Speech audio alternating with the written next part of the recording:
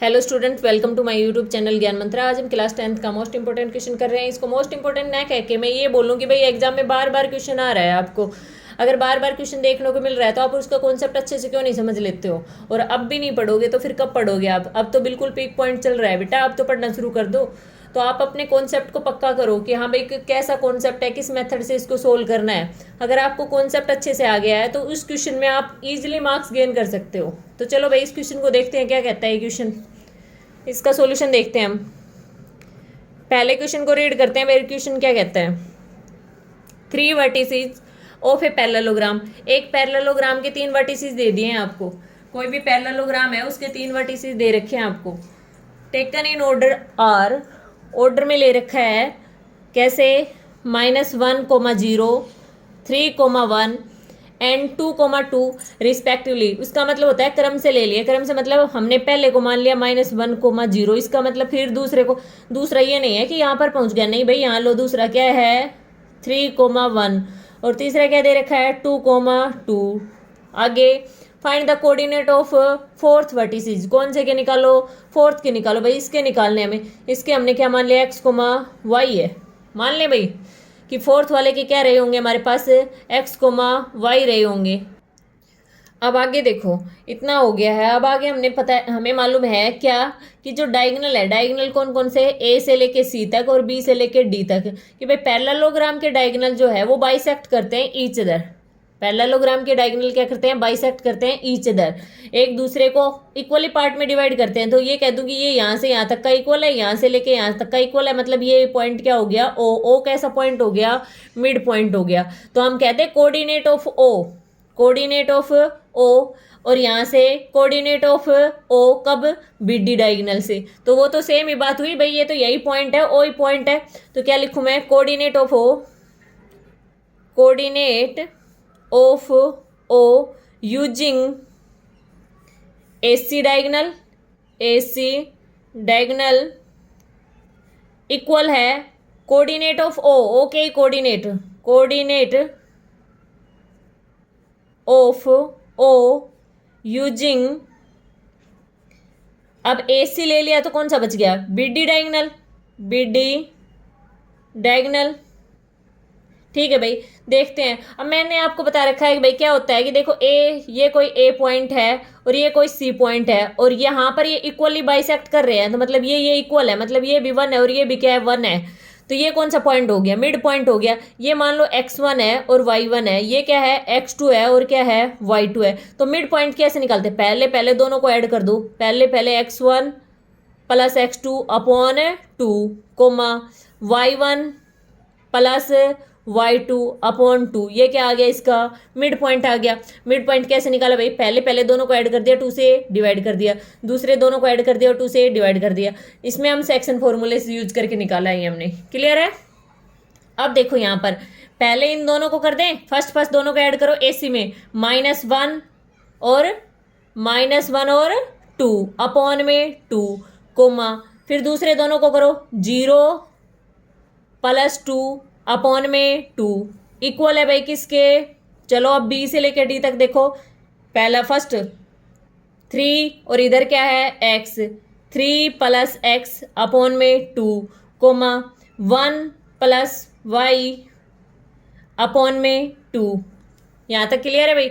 जब दो चीज अपने आपस में इक्वल हैं तो फर्स्ट इक्वल फर्स्ट के, सेकंड इक्वल सेकंड के।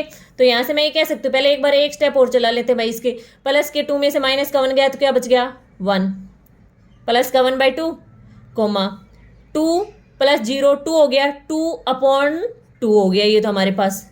ठीक है भाई, इक्वल में इधर तो हम ऐड नहीं कर सकते। 3 प्लस एक्स अपॉन में 2, 1 प्लस वाई अपॉन में 2। अब भाई जब दोनों कोऑर्डिनेट सेम ही है तो पहले पहले का इक्वल होगा, दूसरा दूसरे का इक्वल होगा। तो मैं क्या कह सकती हूँ? 1/2 इक्वल है किसके? 3 प्लस एक्स अपॉन 2 के। ठीक है भाई, दूसरा दूसरे के इक्वल मतलब 2/2 है, वो इक्वल है किसके?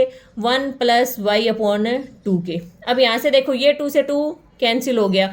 अब यहाँ से मैं लिख सकती हूँ 1 = 3 प्लस का एक्स, ये 3 इधर प्लस का इधर आके माइनस का 1 माइनस 3 इक्वल टू एक्स, यहाँ से क्या कह सकती हूँ माइनस का 2 इक्वल टू एक्स, या फिर ये कहूँ मैं एक्स की वैल्यू कितनी आ गई है माइनस का 2। Got it. सेम काम यहाँ देखो, हम 2 से 2 क्या कर दिया हमने कैंसिल, तो मैंने क्या लिखा 2 इक्वल टू 1 प्लस का वाई, ये इधर प्लस का इधर आके माइनस का 2 माइनस का 1 इक्वल टू वाई, तो क्या बच गया 2 में से 1 गया तो क्या बच गया 1, 1 इक्वल टू वाई। तो कोऑर्डिनेट हमारे पास क्या आ गया, किसके कोऑर्डिनेट आ गया, ये डी का आ गया। Coordinate of D, coordinate of point D या वर्टिसेज ऑफ डी क्या आ गया हमारे पास, वर्टेक्स डी हमारे पास क्या आ गया, पहले एक्स का लिखते हैं फिर वाई का लिखते हैं, तो एक्स की वैल्यू कितनी आई माइनस का 2, वाई की वैल्यू कितनी आई हमारे पास 1 आई है, ये किसका आ गया हमारे पास डी के पॉइंट आ चुके हैं। अब हम सेम 7 चैप्टर से ही एक दूसरा क्वेश्चन लेते हैं, वो देखो हमारे पास क्वेश्चन क्या है, right the coordinate of A point on x axis, कहता है right the coordinate of point on x axis, on the x axis. तो यहीं से आपको एक बात तो क्लियर होगी भाई, ऑन द एक्स एक्सिस बोला गया है, तो देखो भाई ये हमारे पास एक एक्स एक्सिस है, कौन सी एक्सिस है, एक्स एक्सिस है, इस पे आप कोई भी पॉइंट ले लो, कहीं पर भी ले लो, तो वाई की वैल्यू क्या रहेगी 0 रहेगी। तो साफ नजर आ गया हमें कि भाई वाई की वैल्यू क्या रहेगी यहाँ पर 0, तो मतलब एक्स का तो कोई कोऑर्डिनेट रहेगा बट वाई का क्या रहेगा 0 रहेगा। क्लियर है, एक्स का तो कोई कोऑर्डिनेट रहेगा बट वाई का क्या रहेगा 0 रहेगा। अब आगे भी कुछ कह रहा है ये, which is equi distance from the point, कहता है ये जो है वो इक्वी डिस्टेंस है किस पॉइंट से, ये ए पॉइंट है, ए पॉइंट क्या है -2,0, ठीक है भाई। ये बी पॉइंट है, बी पॉइंट क्या कह रहा है हमारे पास, बी क्या है 6,0। मुझे कैसे पता ये यहाँ पर है, क्योंकि मुझे साफ दिख रहा है एक्स की वैल्यू माइनस में है, तो ये इधर से 0 से ओरिजिन से लेफ्ट की तरफ है -2,0। अब इक्वी डिस्टेंस है, अब इसको दो तरीके से कर सकते हो, एक तो देखो भाई आप डायरेक्टली अभी अभी जो कराया उस तरीके से कर सकते हो, और एक डिस्टेंस फॉर्मूला से भी। कैसे, अगर मैंने इसको लिख दिया ए और ये हमारे पास बी है, और ये बीच वाले जो पॉइंट है इसको मैंने मान लिया ये पॉइंट क्या है पी है। ए के कोऑर्डिनेट हमें दे रखा है क्या -2,0, बी के कोऑर्डिनेट दे रखा है क्या 6,0, और ये हमें फाइंड आउट करना है। तो आपको मैं समझा चुकी हूँ कि एक्स कोऑर्डिनेट के ऊपर है कि नहीं, एक्स एक्सिस के ऊपर है, तो एक्स का तो कोऑर्डिनेट रहेगा बट वाई का क्या रहेगा 0, तो एक्स का तो है बट वाई का क्या है 0, मतलब कहने का मतलब हमें एक्स की वैल्यू फाइंड आउट करनी है यहाँ से। अब दूसरी बात ये खुद कह रहा है विच इज इक्वी डिस्टेंस, ये पॉइंट इक्वी डिस्टेंस है कहाँ से, फ्रॉम पॉइंट, इस पॉइंट से और इस पॉइंट से, तो इक्वी डिस्टेंस है, तो भाई मैं ये कह दूँ ये 1:1 है भाई, इधर भी इक्वल है इधर भी इक्वल है 1:1।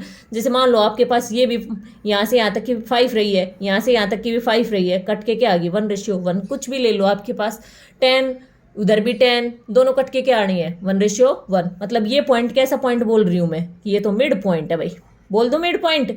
अभी अभी हमने पढ़ा था कि मिड पॉइंट हम कैसे निकालते हैं, ये दो पॉइंट लो भाई ए बी, और ये हमारे पास पी मिड पॉइंट है, ये x1 y1 है, ये हमारे पास x2 y2 है। तो जब मिड पॉइंट निकालते हैं पहले दोनों को ऐड कर दो, x1 प्लस x2 अपॉन में 2, कोमा दूसरे दोनों को ऐड कर दो y1 प्लस y2 अपॉन में 2, यही तो करते हैं। तो हम कह दें कि P is the mid point of line A B. P कैसा पॉइंट है, P इज द, यहां से सॉल्यूशन स्टार्ट हो गया भाई, यहां से हम क्या कर रहे हैं solution, P is the mid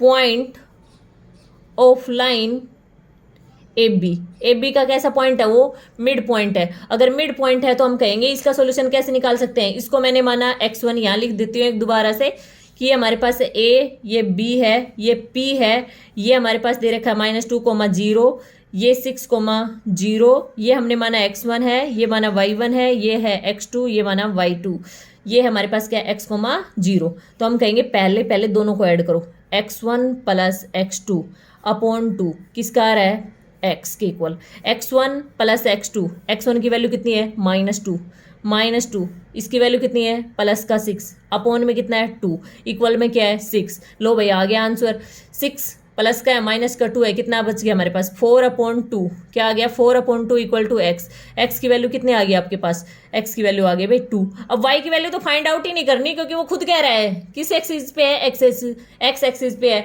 तो y की वैल्यू क्या है 0 है। तो क्या आ गया कोऑर्डिनेट ऑफ P क्या आ गया हमारे पास 2,0। अब इसी क्वेश्चन को आप खुद सोल्व करोगे कौन से फॉर्मूले से, इक्वी डिस्टेंस फॉर्मूले से। मतलब इक्वी डिस्टेंस हम डिस्टेंस फॉर्मूले से यूज कर सकते हैं। डिस्टेंस फॉर्मूला मैं आपको बता देती हूँ। डिस्टेंस फॉर्मूला क्या होता है, अगर कोई भी दो पॉइंट है x1 y1 और दूसरा हमारे पास x2 y2, ये a है ये b है, तो ए बी डिस्टेंस हम कैसे निकालते हैं, under root of x2 minus x1 का whole square plus y2 minus y1 का होल स्क्वायर। इसी क्वेश्चन को आप डिस्टेंस फॉर्मूला अप्लाई करोगे। कैसे अप्लाई करोगे कि AP जो है वो डिस्टेंस इक्वल है किसके, BP के। AP डिस्टेंस है वो इक्वल है किसके, BP के। और फिर अगर आपको सॉल्यूशन नहीं आए तो कमेंट बॉक्स में कमेंट डालना, मैं इस डिस्टेंस फॉर्मूले से भी आपको करवा दूंगी। अगर आपको सॉल्यूशन पसंद आ रहा है तो वीडियो को लाइक करें, शेयर करें एंड सब्सक्राइब करें। और जिसने बेल आइकन को नहीं प्रेस किया है वो बेल आइकन प्रेस करें फॉर मोर इंपॉर्टेंट क्वेश्चन के लिए। और भाई पढ़ना शुरू कर दो, मेन पॉइंट है यही कि पढ़ना है अब आपको। Thank you.